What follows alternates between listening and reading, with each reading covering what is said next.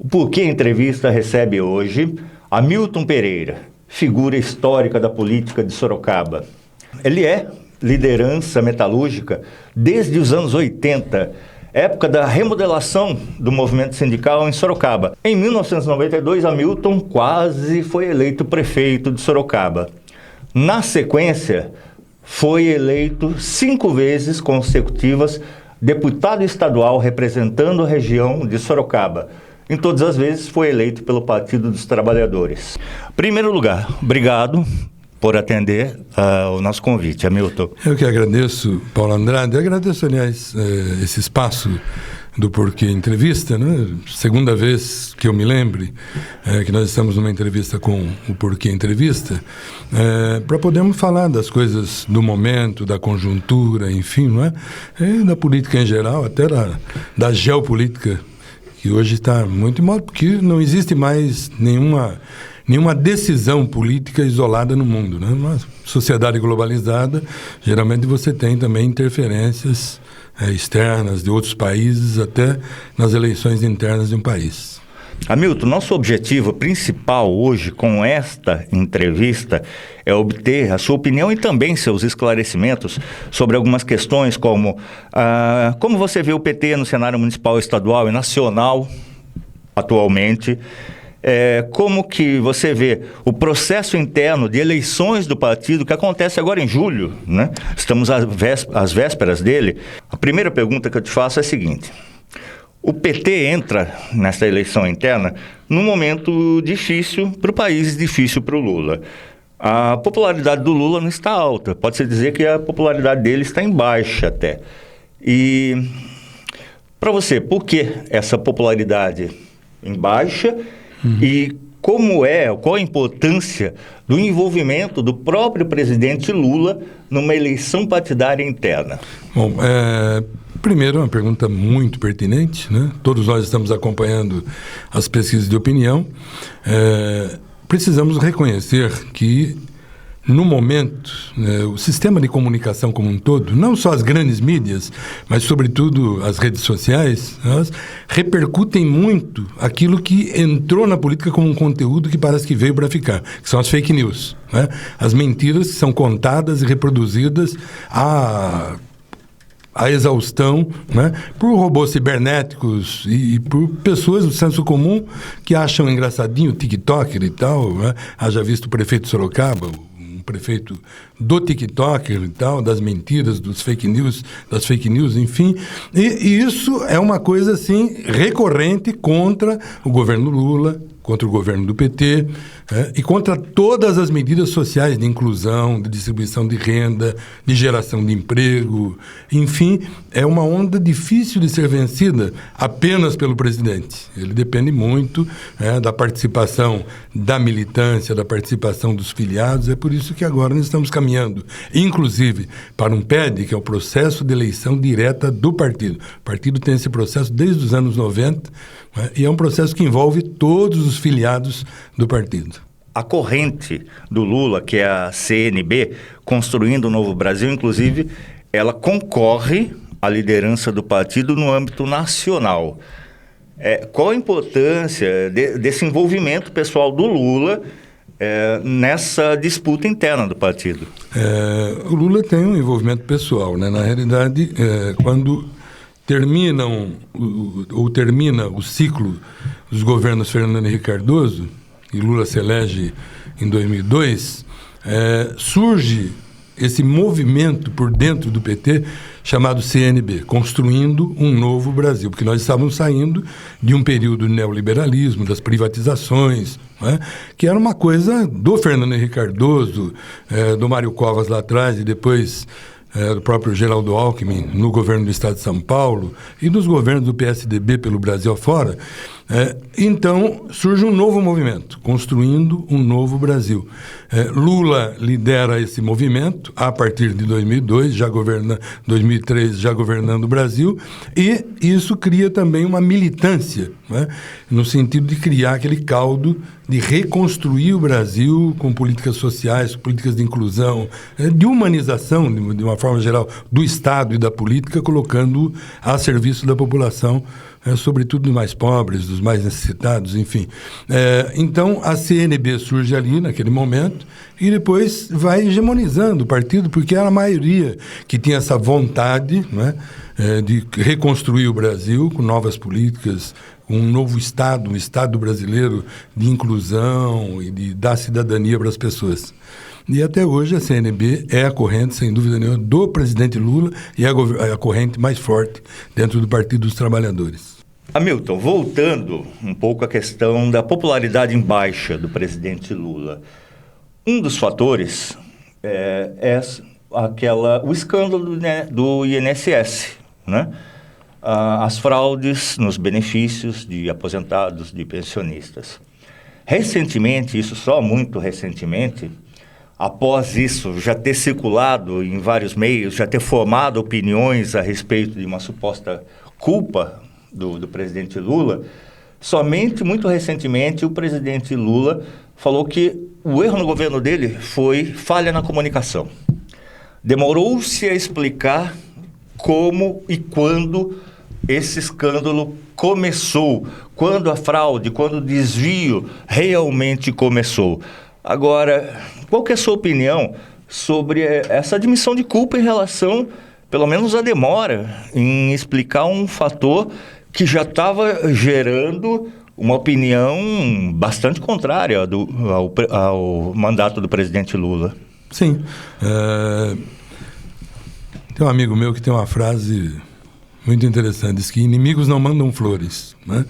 Então é óbvio que qualquer irregularidade que aconteça, como essa que aconteceu, de descontos nos olerites dos aposentados, sem terem sido autorizados, por associações fantasmas que foram criadas, né, em conluio com alguém que era de dentro do INSS, tal do careca do INSS, enfim. Quer dizer, havia uma equipe dentro do INSS que foi nomeada pelo Bolsonaro, no governo Bolsonaro, e que estava agindo desde 2019. Que só foi descoberto agora, porque agora a polícia tem carta branca para investigar. Agora a Polícia Federal não precisa mais ser controlada, né? Lula não controla a Polícia Federal, muito pelo contrário, ele equipou a Polícia Federal, colocou lá pessoas sérias no comando da Polícia Federal e total liberdade para investigar tudo. É por isso que foi pego agora esse grupo que fraudava o INSS por dentro em conluio com essas associações fantasmas. Bom, houve demora na resposta por razões óbvias. O Lula hoje é uma figura de visibilidade mundial, né?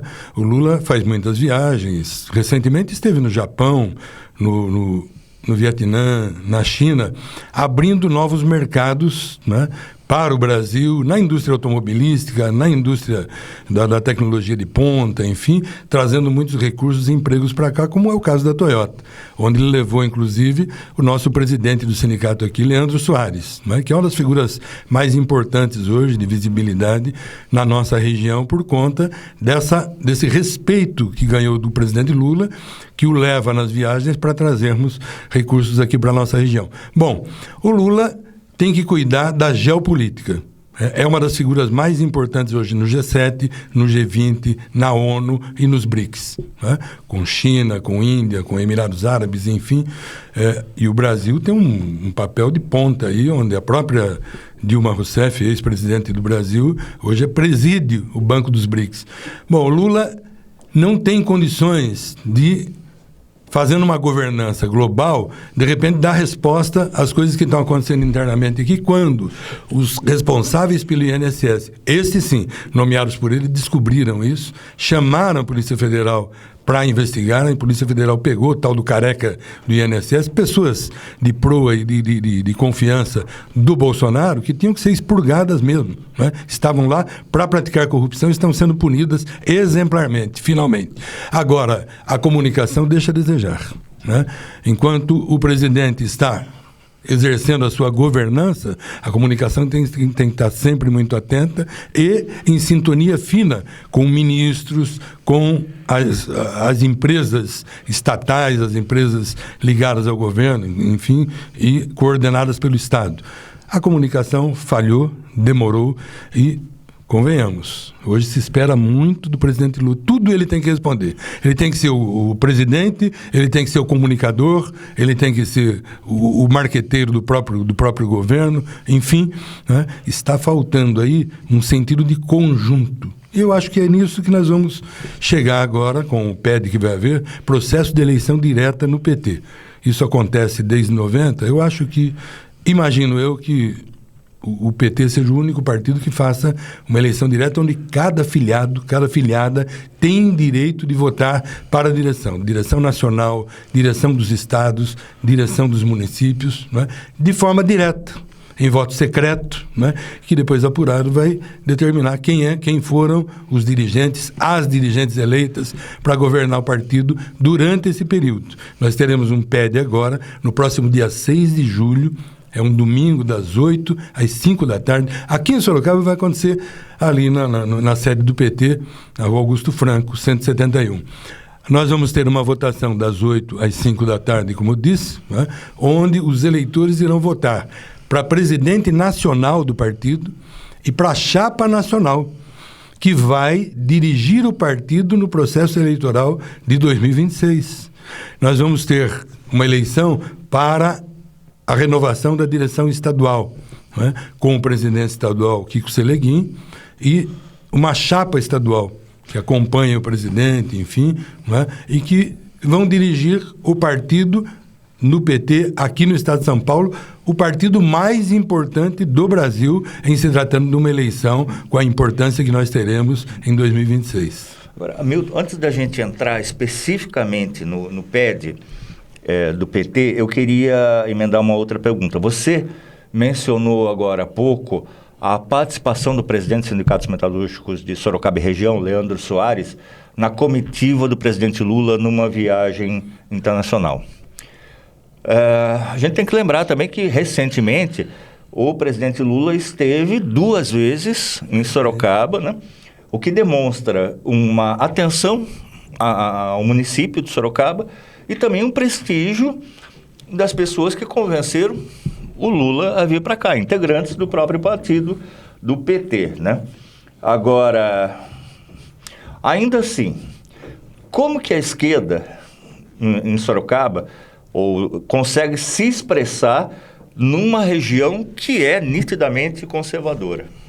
Sim, com organização, eu acho que é evidente que a direita que acabou se tornando uma grande expressão na medida em que elegeu o prefeito da cidade, na medida em que elegeu outros prefeitos da região de extrema-direita, né? E foi fundamental durante esse período todo o combate à extrema-direita, aos extremismos, não só em Sorocaba, mas em toda a região, exatamente a existência dessas instituições fortes, como é o Sindicato dos Metalúrgicos, como é o Sindicato dos Transportes de Sorocaba, o Cine Saúde, o Sindicato da Educação, a PEUESP, né? E outros sindicatos que nós temos, né? E que tem uma militância exemplar, no sentido da participação, né? Dentre eles, muitos filiados e filiadas do Partido dos Trabalhadores. Isso consegue um equilíbrio de forças, né, com a extrema-direita, que sem dúvida nenhuma cresceu no período do Bolsonaro aqui na nossa região. É por isso que é da maior importância este PED para nós, onde a militância se articula novamente e grandes movimentos. Movimento de igualdade racial, né, o movimento LGBTQIA+, que é muito forte a partir de Sorocaba, mas também na nossa região metropolitana, né, e lembrar aqui que o único comitê, que durante as eleições de 2022, quando nós elegemos Lula presidente do Brasil, formaram-se muitos comitês, sindicatos, aposentados, associações de moradores, de bairros, enfim, muitos comitês populares, pela democracia, pela eleição de Lula e tal. E aqui em Sorocaba é muito interessante, eu gostaria de deixar isso registrado, que o Comitê Popular de Luta Mulheres pela Democracia foi o único comitê que sobreviveu. De todos os demais comitês que foram criados, as mulheres hoje estão participando, de forma muito ativa de todas as políticas do partido, tem um peso muito grande no partido, nos sindicatos, né?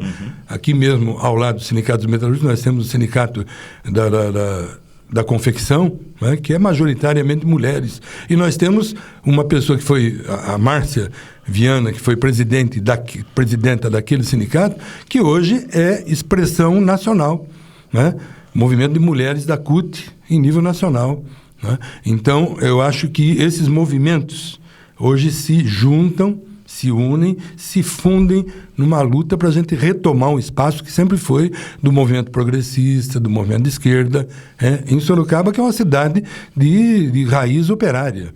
Aqui nós já tivemos a força dos ferroviários, dos têxteis, dos metalúrgicos, enfim, e continuamos tendo essa memória cultural da classe trabalhadora muito forte aqui em Sorocaba, e iremos retomá-la para as eleições de 2026. Isso é inegável, a tradição operária de Sorocaba, a história operária de Sorocaba, muito rica, inclusive, né? Mas, Hamilton, agora indo para o PED, para a gente tentar esclarecer um pouco o nosso público sobre o que é o PED do PT, que cargos vai eleger, quem pode votar.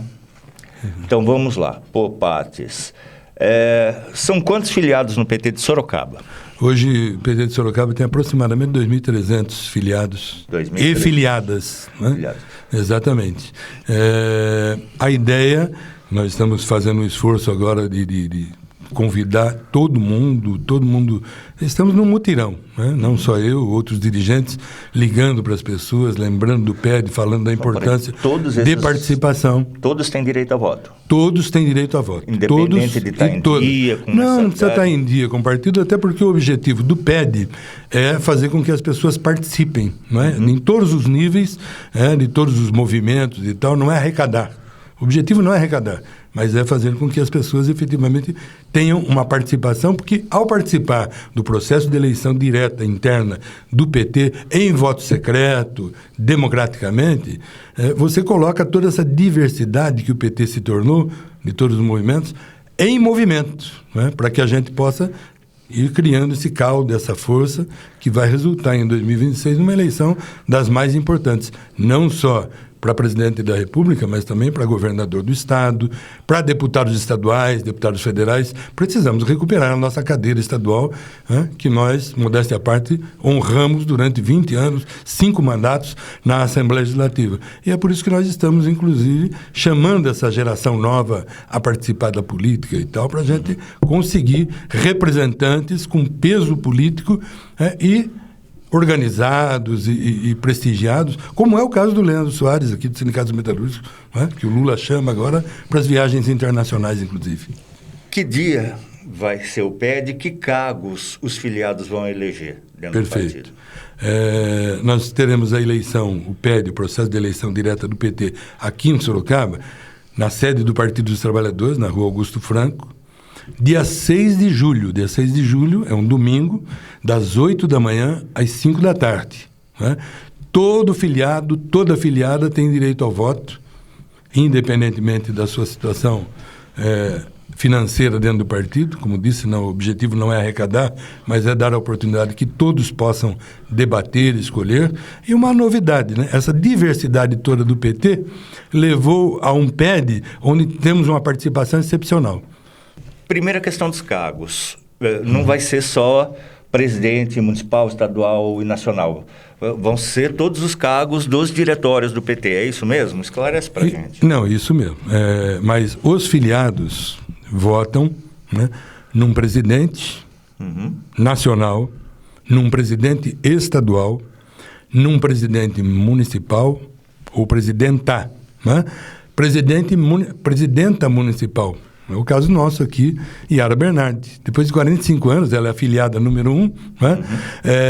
Até para que houvesse uma unidade partidária, dessa diversidade toda que a gente constata hoje dentro do partido, a gente precisava ter um nome que unificasse todo mundo.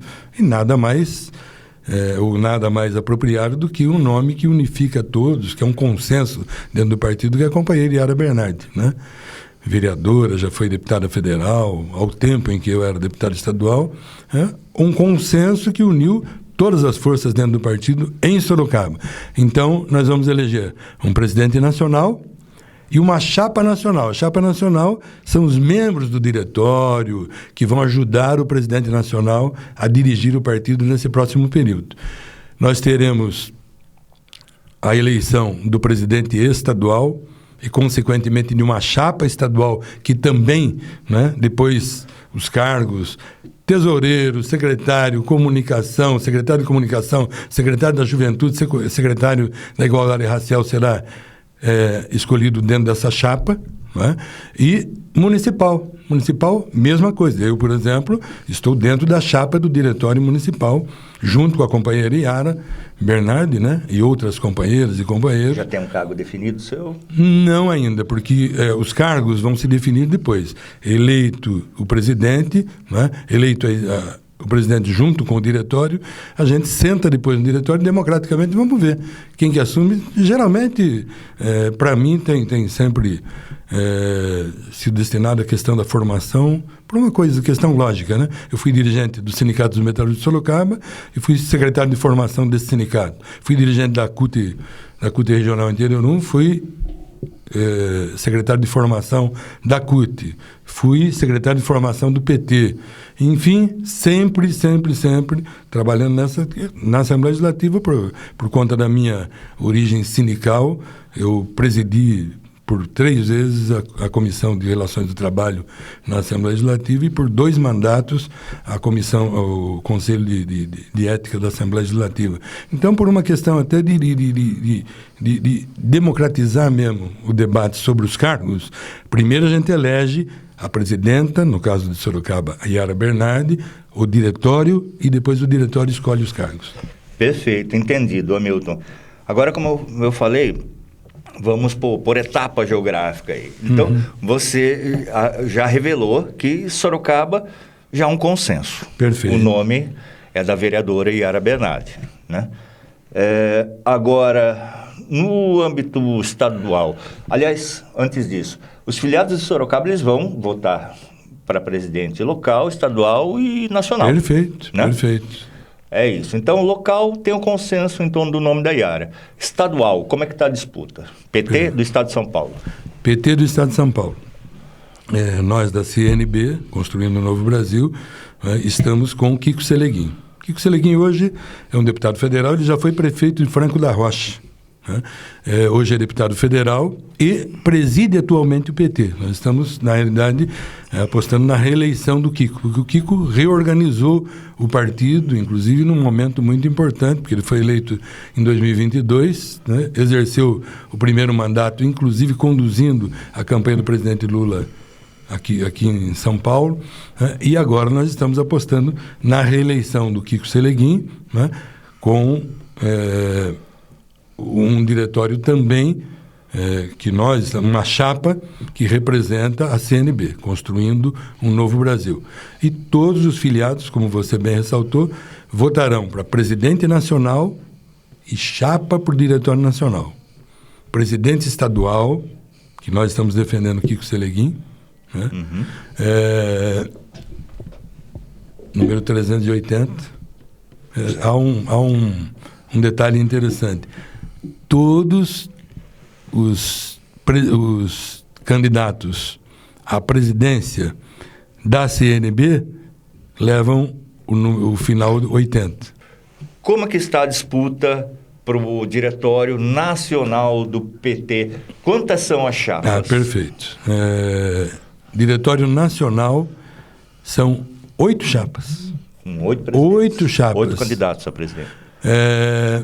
Não necessariamente, porque é interessante esse processo, porque muitas das chapas tem o Edinho como presidente, né? Tem também o Rui Falcão, por exemplo, que é um nome respeitável, já foi presidente nacional do PT, inclusive, que volta a ser candidato agora, e tem chapas que votam tanto no Rui quanto no Edinho. O Edinho é o franco favorito por uma razão óbvia, né? Foi uma pessoa a quem o Lula pediu, já foi prefeito de Araraquara, já foi deputado estadual junto comigo na Assembleia Legislativa, já foi presidente estadual do PT e agora candidato a presidente nacional a pedido do próprio Lula. Então, tem muito mais força, não é? E muitas pessoas, mesmo das outras chapas, acabam declarando voto no Edinho por conta dessa necessidade que existe de fortalecer a campanha do Lula no ano que vem. O presidente nacional, junto com o diretório nacional, irão dirigir o processo eleitoral, né, que tem Lula como presidente à reeleição, candidato a presidente à reeleição como presidente o ano que vem, certo. 2026.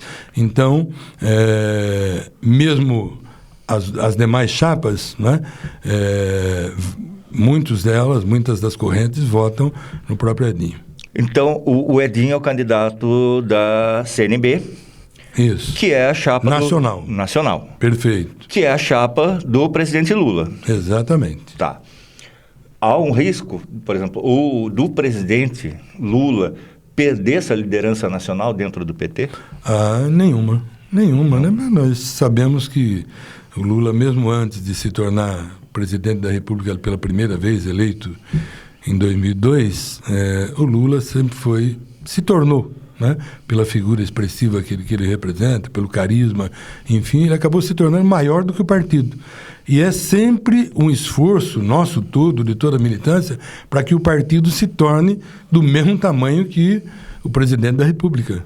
Né? Uhum. Então, hoje a diversidade é muito grande, isso se expressa no número de chapas, 8 chapas para o Diretório Nacional, 9 chapas para o Diretório Estadual. É uma diversidade muito grande, porque é um movimento de igualdade racial, é o movimento das mulheres, é o movimento das favelas, gente. Né? Uhum. Aqui em Sorocaba nós temos uma expressão da CUFA, aí a Drica, né? Que tem um trabalho extraordinário, e eles são muito fortes, não só aqui no estado de São Paulo, como em outros países, inclusive. A CUFA é muito forte, que é o trabalho da Central Única das Favelas e tal. Eles têm força também nas disputas de diretórios, nas disputas dentro do partido. Essa nação, né, da igualdade racial está dentro do PT com muita força. Uhum. Da mesma forma com a nação LGBTQIA+, enfim, essa diversidade toda se expressa exatamente no número dessas chapas todas. Mas certo. Nós estamos com a CNB sempre com o final 80. Hamilton, para finalizar, as eleições internas do PT, faltando pouco mais de um ano para as eleições para presidente da República, para deputados, para senador. A expectativa do partido é que essa movimentação em diretórios municipais, estaduais, nacional, contribua para que o partido se fortaleça, visando as eleições de 2026, ou pode acontecer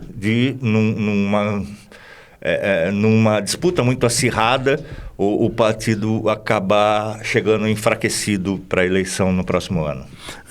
Não creio, porque o processo eleitoral é um processo democrático. Ele admite, como o PT sempre admitiu no processo de eleição direta, que é uma experiência única de partido, né? Geralmente os diretórios têm os seus colégios eleitorais e tal dos demais partidos.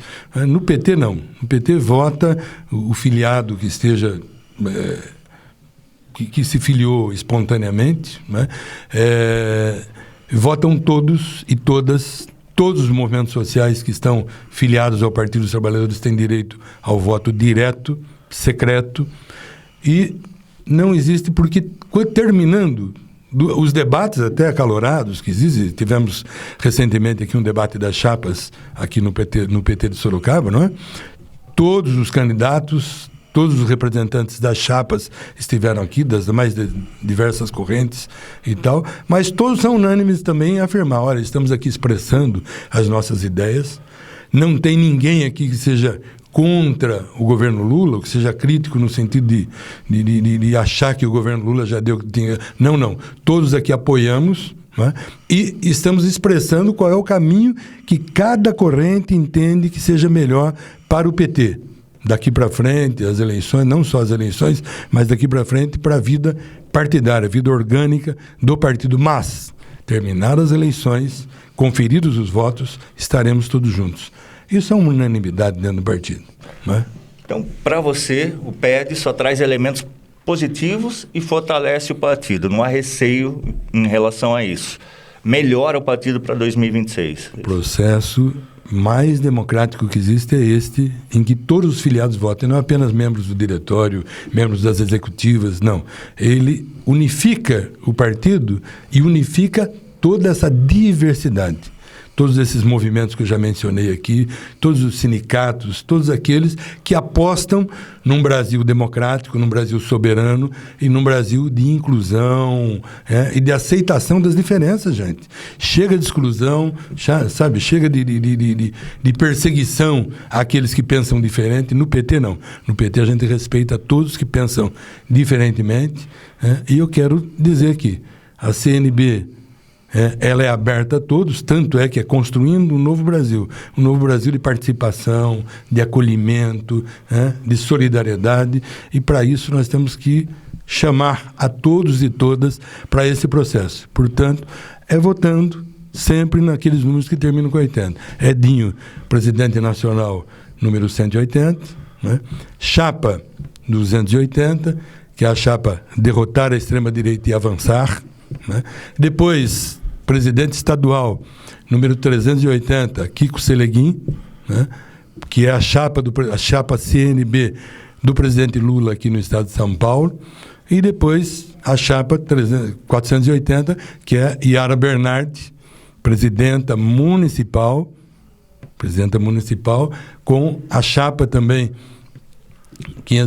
480 do diretório municipal, que é a unidade do PT em Sorocaba, e por último a chapa 780, que é Mara Melo, coordenadora da macro-região. Estamos renovando agora a coordenação da macro-região. E a Mara, que já foi prefeita de Araçoiaba da Serra, a Mara, que é essa figura com essa energia extraordinária que tem e tal, percorrendo agora toda a macro-região, todas as micro-regiões, juntando essa diversidade enorme da nossa região, vai ser a nossa coordenadora da macro-região. Também estou nessa chapa, também estou na coordenação da macro-região para ajudar, emprestar ali a nossa experiência, para ajudar a Mara nessa reorganização, a reunificação de toda a macro-região em torno da nossa expectativa de que o presidente Lula, o nosso governador a ser escolhido o ano que vem, tenha um bom desempenho.